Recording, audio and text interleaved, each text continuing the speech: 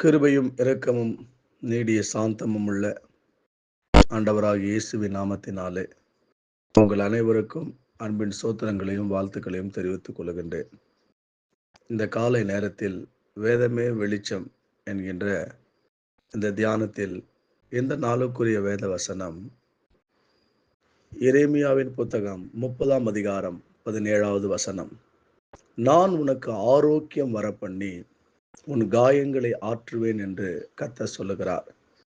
இன்றைக்கு ஆரோக்கியத்திற்காக எத்தனையோ நபர்கள் பலவிதமான முயற்சிகளை எடுத்துக்கொண்டே இருக்கிறார்கள். அநேகர் உடற்பயிற்சி செல்கிறார்கள், ஜிம்முக்கு போகிறார்கள், ஒரு பட்டியலை தயார் செய்து சரியான உணவை உண்ணுகிறார்கள். எத்தனையோ காரியங்களை ஆரோக்கியத்திற்காக ஜனங்கள் செய்து கொண்டே இருக்கிறார்கள். இதில் ஒன்றும் தவறில்லை. ஆனால் கர்த்தருடைய வார்த்தை நமக்கு சொல்லுகிறது, மனுஷன் அப்பத்தினாலே மாத்திரமல்ல, அவருடைய வாயிலிருந்து புறப்படுகிற ஒவ்வொரு வார்த்தையினாலும் பிழைப்பான். எனவே வேத வசனம் நமக்கு ஆரோக்கியத்தை உண்டு பண்ணும். எனக்கு அன்பானவர்களே, வேத வசனம் நம்முடைய காயங்களை ஆற்றும், நம்முடைய கண்ணீரை துடைக்கும்.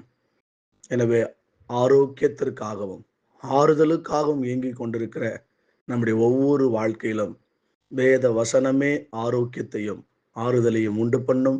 எனவே அந்த வார்த்தைகளை, ஆரோக்கியம் தருகிற வார்த்தைகளை அறிக்கை செய்வோம், தியானம் பண்ணுவோம்.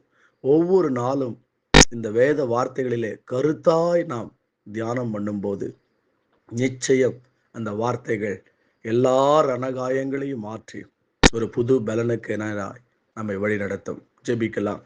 கிருபை நிறைந்த நல்ல தகப்பனே, இந்த காலை நேரத்தில் ஆண்டவரே, இந்த வேதமே வெளிச்சம் என்ற தியானத்தை கேட்டுக்கொண்டிருக்கிற ஒவ்வொரு பிள்ளையுடைய வாழ்க்கையில ஆரோக்கியத்தை கர்த்தர் வர பண்ணுவீராக.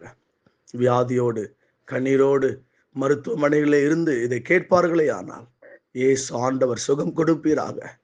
ஆண்டவரே, குடும்பத்தில் ஏற்படுகிற சண்டைகள், பிரச்சனைகள், போராட்டங்கள், கருத்து வேறுபாடுகள் நிமித்தமாய் காயப்பட்டிருக்கிற ஒவ்வொருவருடைய காயங்கள் ஆற்றப்படட்டும் என்று ஜெபிக்கிறேன். உம்முடைய மகிமை உண்டாகட்டும். இயேசுவின் நாமத்தில் பிதாவே, ஆமென்.